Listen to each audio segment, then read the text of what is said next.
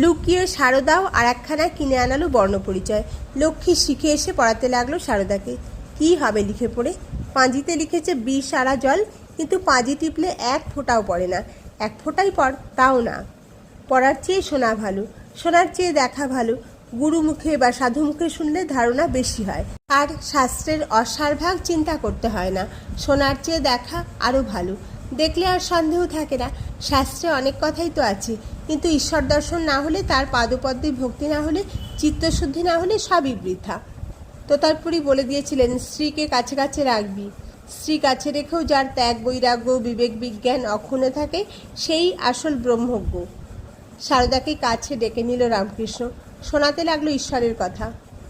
চাঁদা মামা সকল শিশুর মামা, তেমনি ঈশ্বর সকলের আপনার।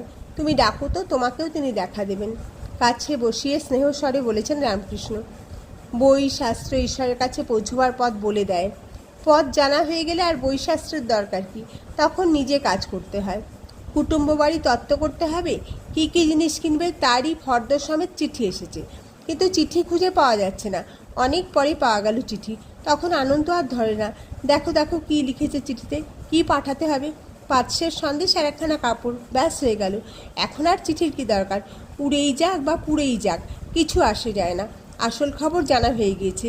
চিঠির ততক্ষণই দরকার যতক্ষণ তত্ত্বের খবরটুকু জানা যায়নি। জানার পর শুধু পাবার চেষ্টা। কৃপা হলেই পাবে, কিন্তু কৃপা পাবে কি করে?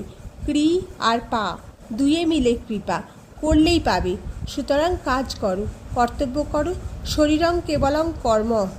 তুমি হবে আমার বিদ্যারূপিণী স্ত্রী, সারদাকে বললেন রামকৃষ্ণ।